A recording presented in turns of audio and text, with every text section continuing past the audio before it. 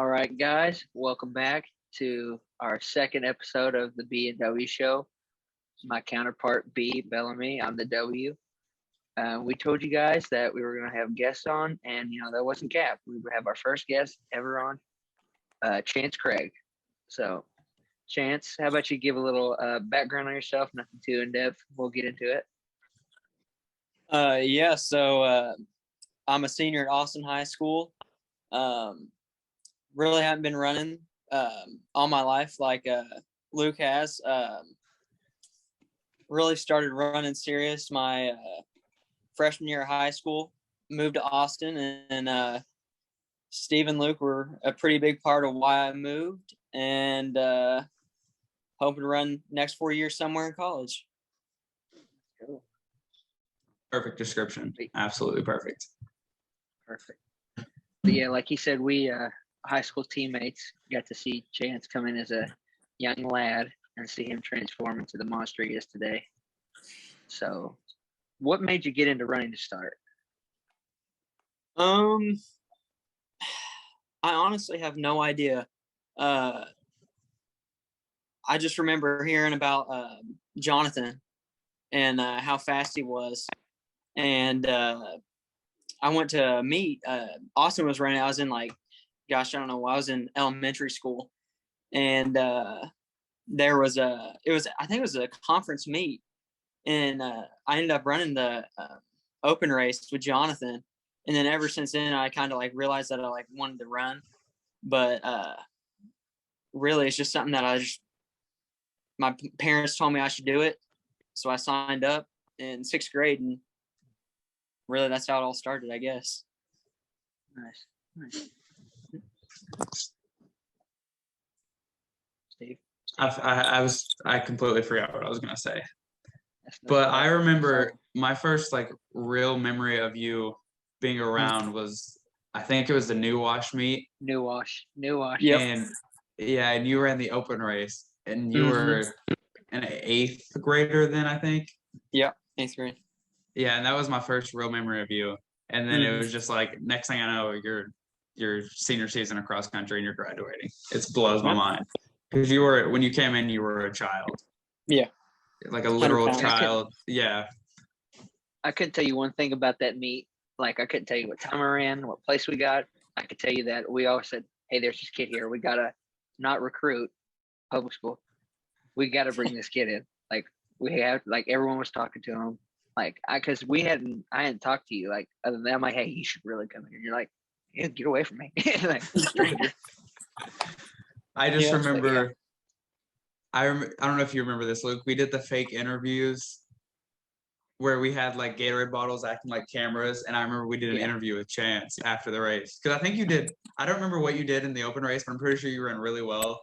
Yeah, I won the open grader. race. Yeah, you won. So it was the perfect setting for it.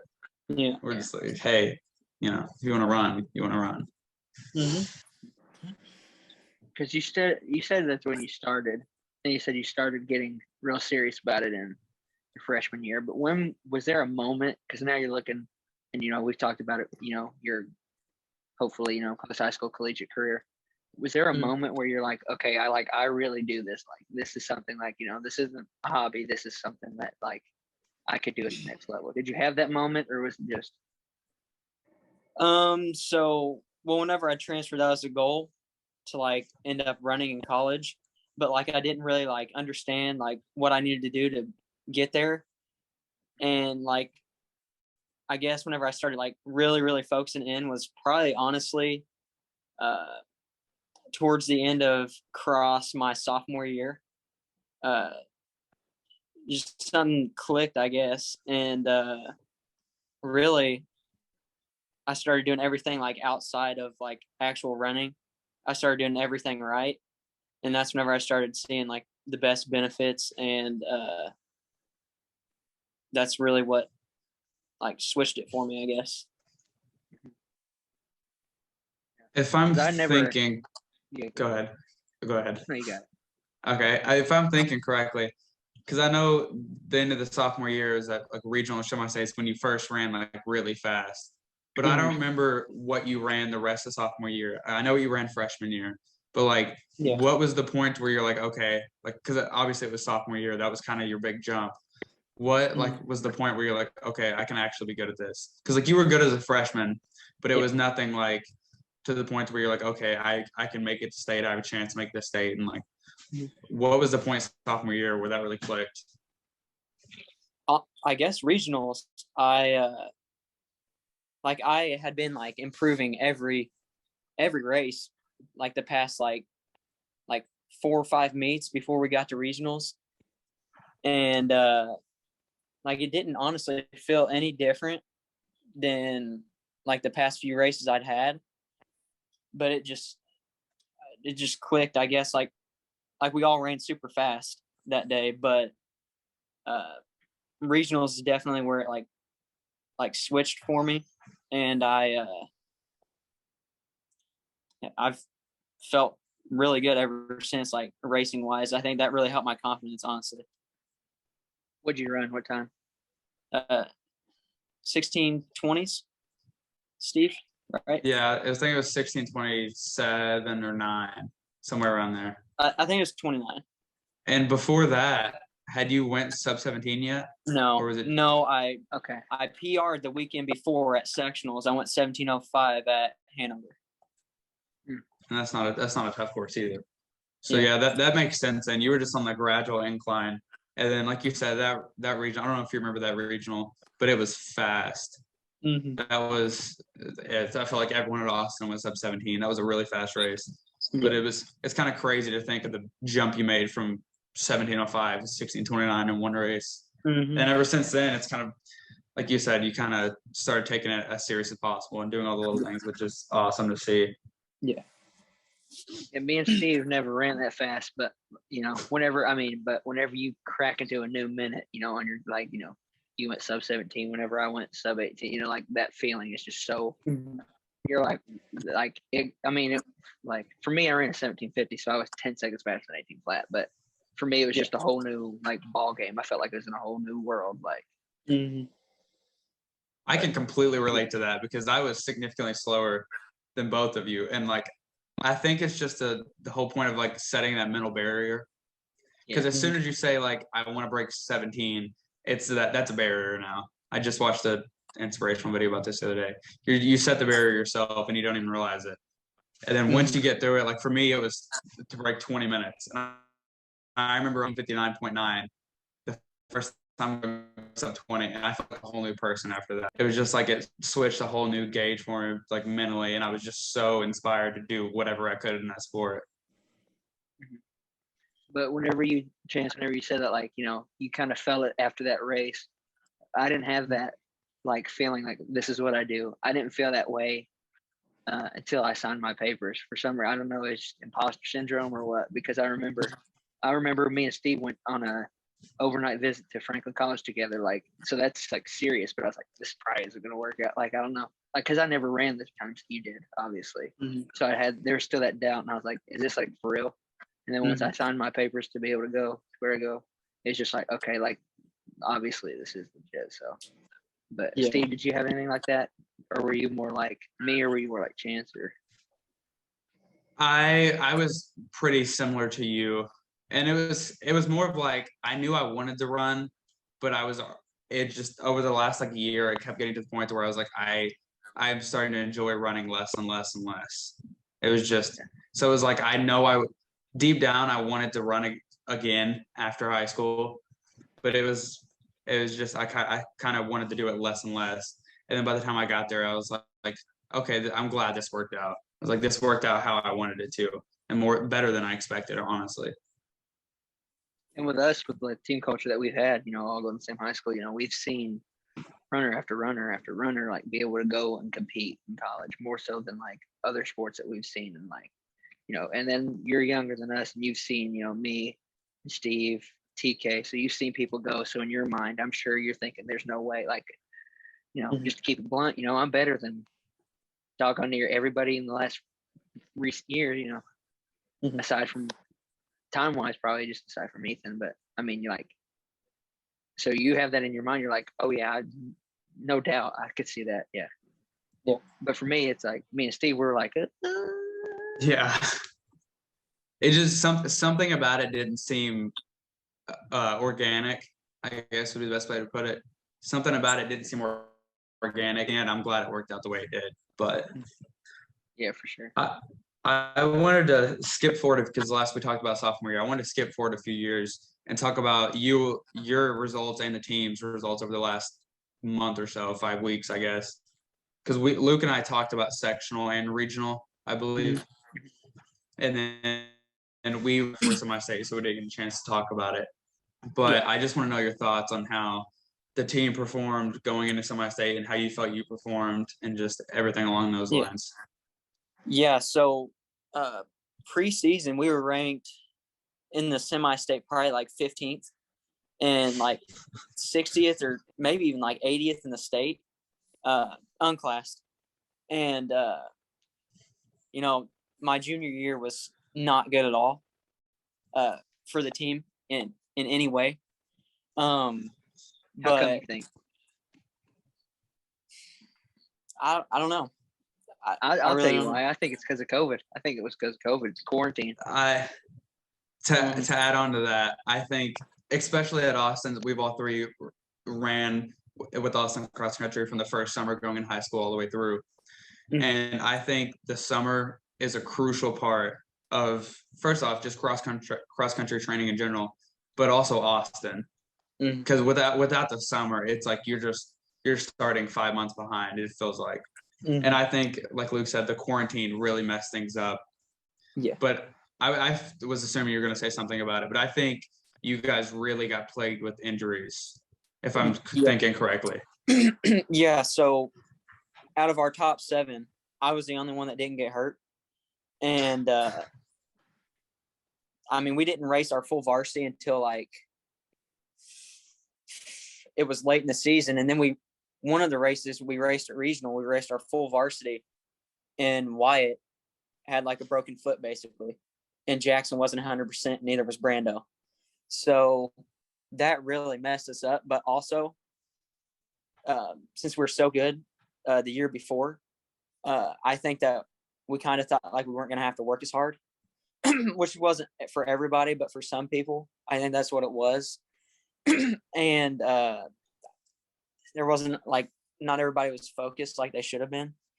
And we paid for it.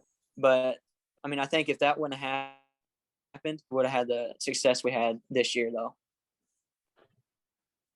Yeah, I think you're spot on with that, because it was kind of like you guys. I think you were spot on, especially with the lack of focus, and it makes sense. You guys were all 16-year-olds 16 and 15-year-olds when you ran really fast the year before. Yeah. So it makes sense, but then especially with how you guys have came back this year, I think that's like the perfect like storybook ending to like the small town school actually succeeding. Yeah. And then for this season, we knew we were going to be good. A few races into the season, we perfect scored 2 meets. We would have perfect scored 3, but I didn't run one of them. We scored 16 points. And then at Columbus North, we weren't like at full strength, I guess, like broke through. We ended up doing. We got beat by Jennings County and a bunch of other teams that I think it was Greenfield Central, maybe. We raced them. It was basically a dual meet at South Dearborn. They beat us pretty easily at Columbus North, and then at South Dearborn, we had 3 in front of their. No, we might have 4 in front of their 10. We beat them by then. Sectional, perfect scored conference too, which hasn't been done. Gotta add that in there. Yeah, and that's conference is where I started going downhill. Like a number of things that happened, and also, I was sick too. I didn't feel good at all I wanted to leave school the day before, but I didn't, so I could race. That's really whenever I kind of like, I wouldn't say fell off, but wasn't where I should have been the rest of the season. And we going into sectionals, we knew it was going to be like the whole like top 14 basically was going to be us in Jennings County. And we knew it was going to be close. And we ended up beating them 5 or 6 points, I think. 26-31, I think it was. Yeah, that's right. Yeah, we hadn't, like, that's our first time, like, in my whole high school career beating Jennings County. And I don't know, something happened after that, and we just really, after conference, we just turned it on, I guess. Regionals came, we beat Jennings County again, got second, which that's the best we've ever placed in sectional and regional. Obviously we weren't going to beat Columbus North, but semi-state came, and like we were on the bubble. Like most people thought we were going to get 7th. Top 6 make it out, for everybody that doesn't know. We knew Jasper was going to be like the team we needed to beat, and we knew we were going to beat them on our 4 and 5, and we ended up doing that. But a team we didn't expect to run the way they did was Castle. Beat them 7 points to get 6th, made the state. First time in 29 years, I think it was, to make it state, and made it to state, and none ran the way we wanted to. I don't know what it was, but I'm still glad we made it, for sure. It was, oh my God, yeah, it was a rough race for sure. Conditions were awful.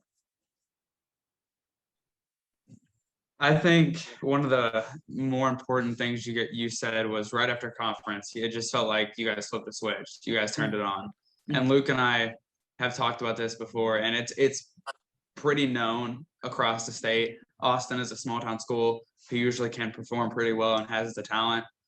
And then usually it's runs really well at regional, and then semi-state, something always happens. Yeah. Whether it's the number 1, the number 4, something always happens. And Austin drops from being ranked 6th or 7th and finishing. I think my worst finish, like team-wise in high school, was 14th.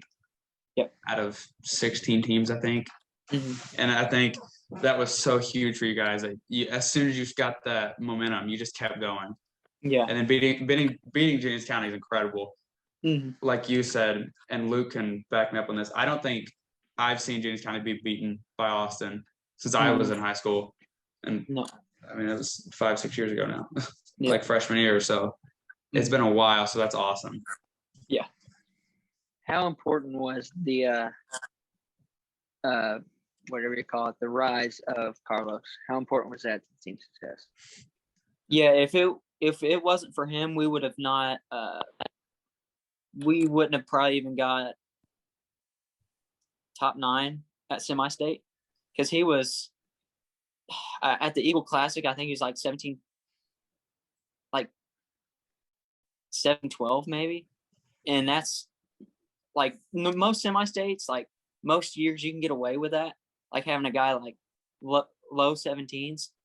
But this year, obviously, you could not. I mean, our 5th was at semi-state was 16:49, and we barely made it out.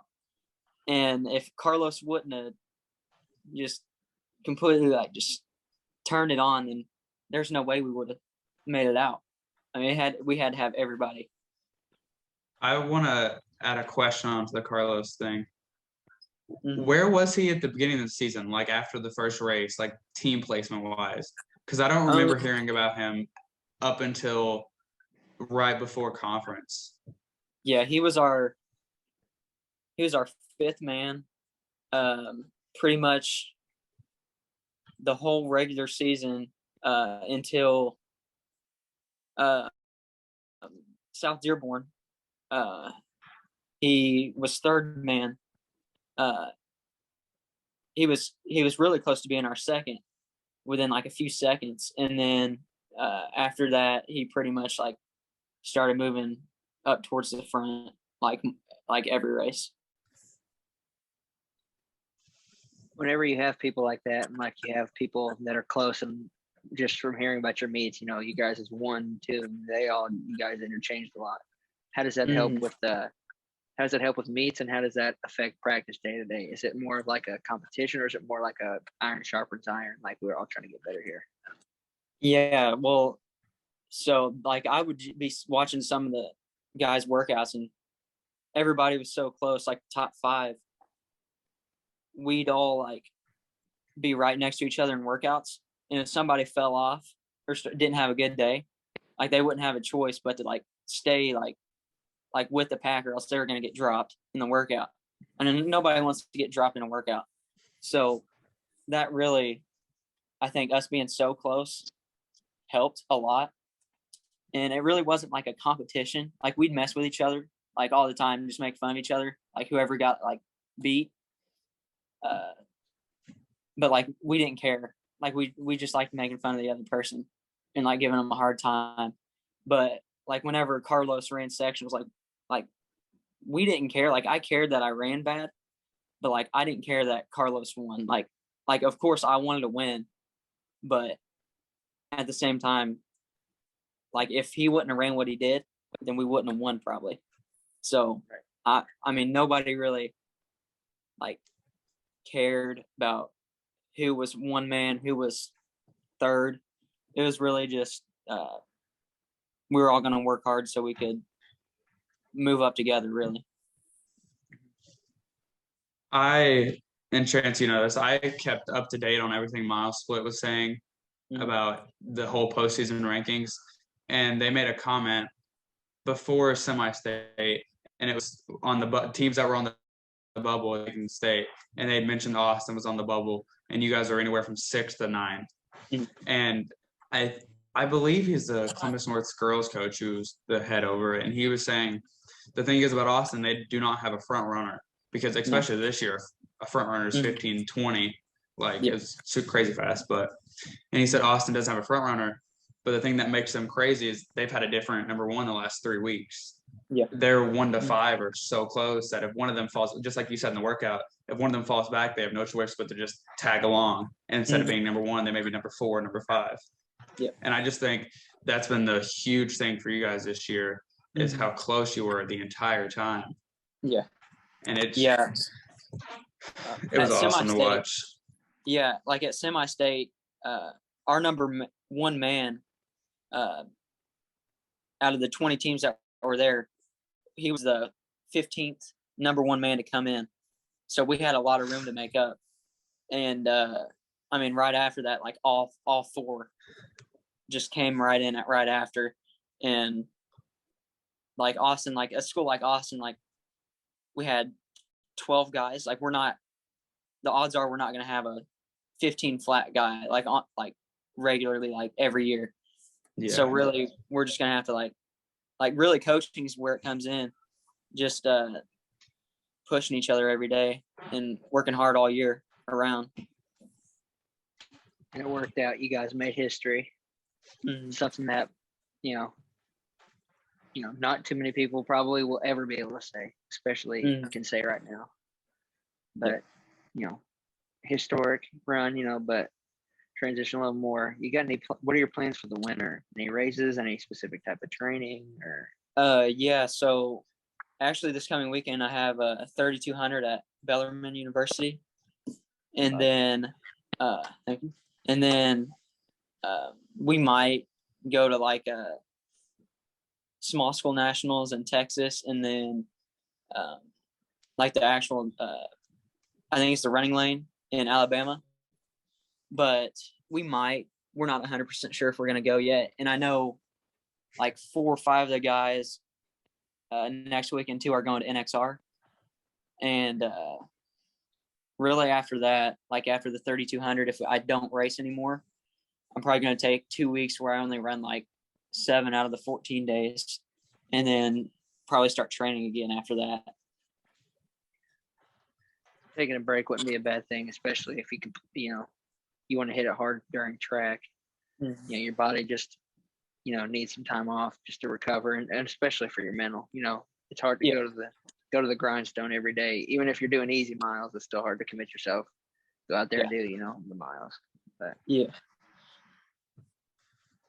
I wanted to ask what your goals were for, it's a little far ahead, but for track season. Because Yeah. obviously last year you guys won sectional. It was incredible. I'm just looking forward to seeing what you guys are planning on doing this year. Yeah, so like our team will obviously win sectionals again. And I mean, it's going to be tough. Really, we've got sprinters, or not sprinters, but distance guys. And we had Connor McIntosh in the shot put last year. We lost him. So Nick like, Henderson did well yeah, at section as well. Yeah, I think he could probably win the disc. And obviously he's going to do well in shot. Nick's going to step up big time this year. And obviously in sectional, we're going to go 1-2 and the mile and 2 mile, and we're going to win the 800 and honestly probably go 2 in the 800. Really where we're going to struggle is sprints, but there's one guy that Nate Rowland, Tristan Rowland's younger brother, he's going to be our only sprinter, and we're going to need him to show up every day.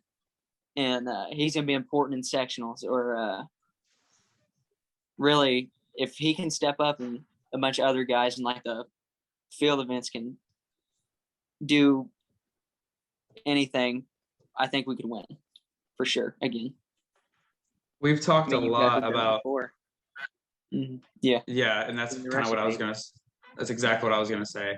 We've talked a lot about Austin being like a small school and performing well, and last track season was just a proven fact of that, where we don't have a lot of kids to choose from, and we were struggling to find sprinters. We found enough and end up winning a sectional for a time in school history.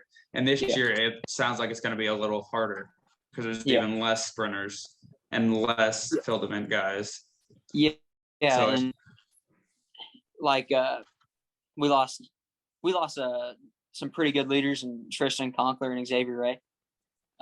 They were. He's got a lot of points. We used them. Got a lot of points. Yeah. Xavier was our sprinter, and he got a lot faster from, well, not junior year because we didn't have it, but sophomore to senior year is what it was for him. And TK was our high jumper.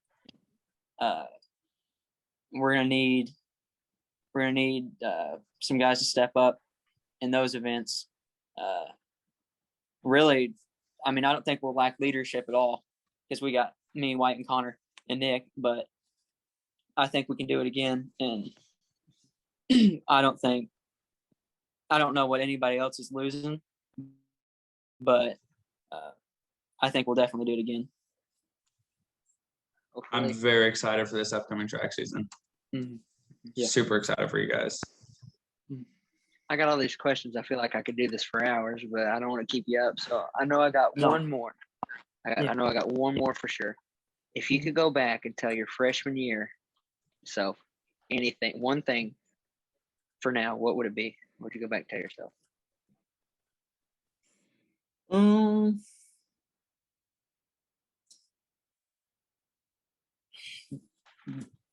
The one thing that's really like I'd tell myself I probably shouldn't say.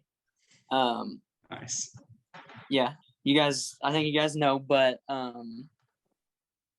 honestly would just be to run smart instead of burying myself in the dirt every day like I used to. Like, I don't know if you guys know this, but freshman year, we did a 4-mile PPM, and I think I went like 1640 through the 5K, 1640 something. And I mean, every day I was just hammering it. I didn't know anything like different. And I ran myself in the ground and ended up running like 1740 my freshman year. And I think if I wouldn't have killed it every day I think it would have helped me a lot more, like into the future. It's a good thing. Does that sound familiar, Steve? Yeah, Luke and I have talked a lot about that.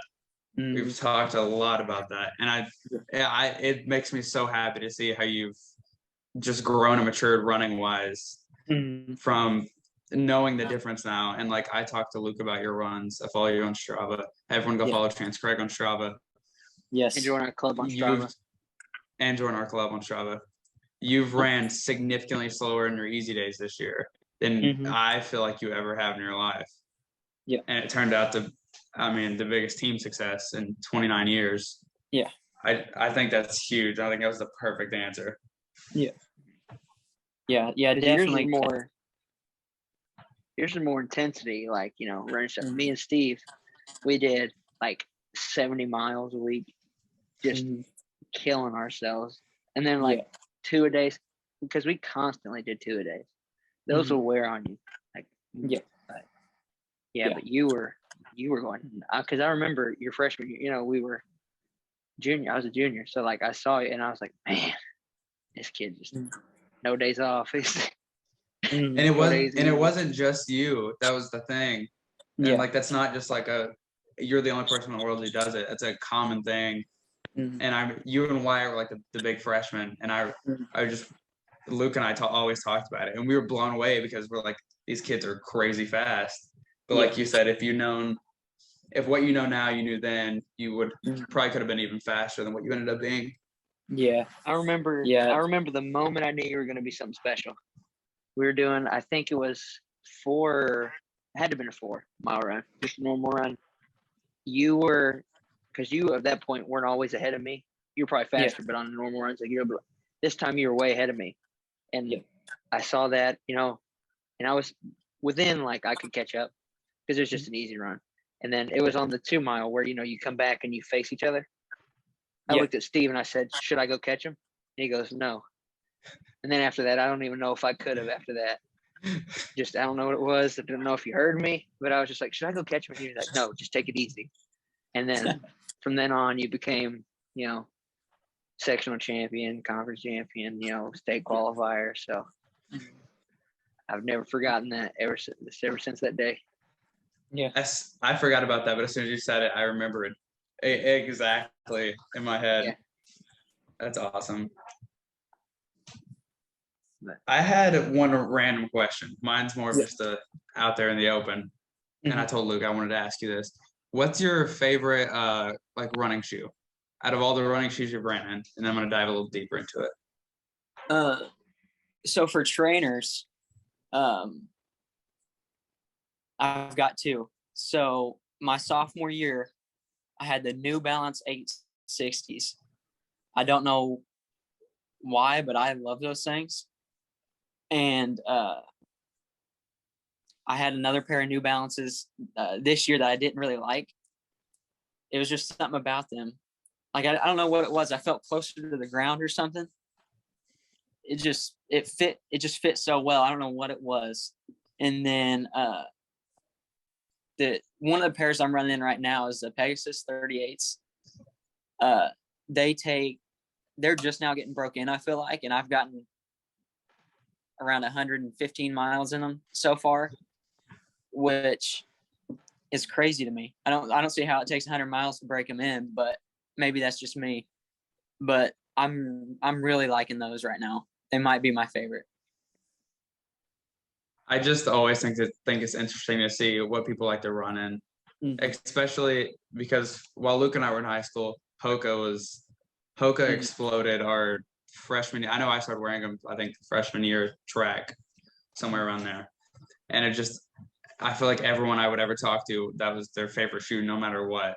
Yeah. And I knew that you ran a different brand, so I was excited to see what kind of shoes you were looking into. Yeah, I'm still a Hoka guy, so. Mm-hmm.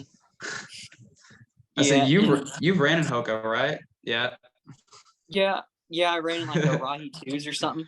Yeah, I don't even know what they're called. Yeah, they were all right. Yeah, Luke and I got onto the Hoka train. I think I can't wear anything besides Hoka now. Year. I can't wear anything besides Hokas. Cliftons. I can't wear anything besides Cliftons. I've tried out a few different shoes. I've ran in a few Pegasus and I like those. I tried some New Balances. I actually have the Chance new Brooks recommended Ghost 4.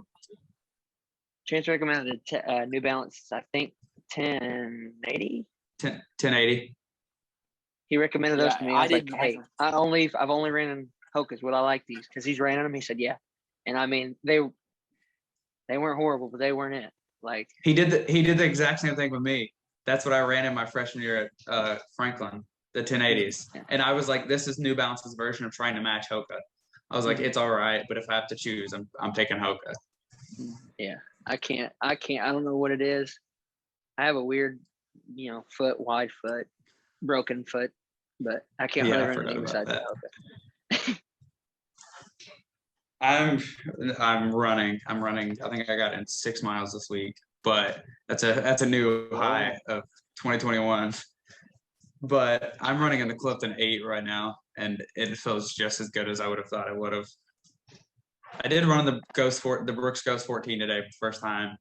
I've had them for like 3 months and I haven't worn them, and it was 3/4 of a mile, so I can't really judge them off that. I don't think they're broken in yet. I got about 100, 115 miles to go before then, but they're all right. Yeah, I'm running those right now too. They're all right. I like them. They're mileage. They're like Hoka, basically.